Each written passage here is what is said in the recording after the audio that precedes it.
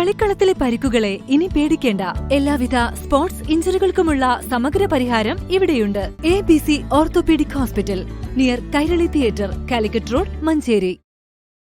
ചാലിയാർ പുഴയിൽ 17 വയസ്സുകാരിയെ ദുരൂഹ സാഹചര്യത്തിൽ മരിച്ച നിലയിൽ കണ്ടെത്തിയതടക്കമുള്ള പോക്സോ കേസുകളിലെ പ്രതിയായ കേസിന്റെ വിചാരണ തുടങ്ങാനായില്ല.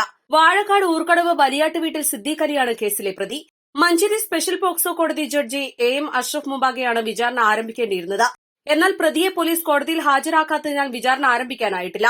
ഇതോടെ കേസ് ഓഗസ്റ്റ് 13ലേക്ക് മാറ്റി. കരാട്ടെ പഠിക്കാൻ വന്ന പ്രായപൂർത്തിയാകാത്ത പെൺകുട്ടിയെ സിദ്ദീഖ് അലി ലൈംഗികമായി പീഡിപ്പിച്ചതിനെ തുടർന്ന് പീഡനത്തിനിരയായ പെൺകുട്ടി ചികിത്സിച്ച ഡോക്ടർക്ക് 2023 നൽകിയ കത്തിന്റെ അടിസ്ഥാനത്തിൽ വാഴക്കാട് പോലീസ് രജിസ്റ്റർ ചെയ്ത കേസാണിത്. പ്രായപൂർത്തിയാകാത്ത പെൺകുട്ടികളെ കരാട്ടെ ക്ലാസിന്റെ മറവിൽ വർഷങ്ങളായി ലൈംഗിക പീഡനത്തിന് വിധേയമാക്കിയതാണ് കേസ്. മരിച്ച 17-കാരി ഇയാൾക്കെതിരെ പോക്സോ പരാതിയുമായി മുന്നോട്ടു പോകവെ കുട്ടിയെ 2024 ഫെബ്രുവരി 19 ദുരൂഹ സാഹചര്യത്തിൽ മരിച്ച നിലയിൽ കണ്ടെത്തുകയായിരുന്നു. പ്രതി റിമാൻഡിലായതോടെ മറ്റു കുട്ടികളും പരാതികളുമായി മുന്നോട്ടു വന്നു. വാഴക്കാട് പോലീസിൽ നിന്നും പിന്നീട് അന്വേഷണം മാറ്റിയതോടെ കോഴിക്കോട് ക്രൈംബ്രാഞ്ചാണ് അന്വേഷണം പൂർത്തീകരിച്ച കോടതിയിൽ കുറ്റപത്രം സമർപ്പിച്ചത്. മരണപ്പെട്ട പെൺകുട്ടിയുടെ സഹോദരിയെയാണ് തിങ്കളാഴ്ച ആദ്യ സാക്ഷിയായി വിചാരണ ചെയ്യേണ്ടിയിരുന്നത്.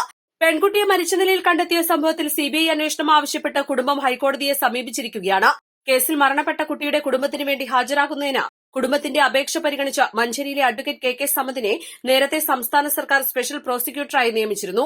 ഒരു പോക്സോ കേസിൽ സ്പെഷ്യൽ പ്രോസിക്യൂട്ടറെ നിയമിക്കുന്നത് അപൂർവമാണ്.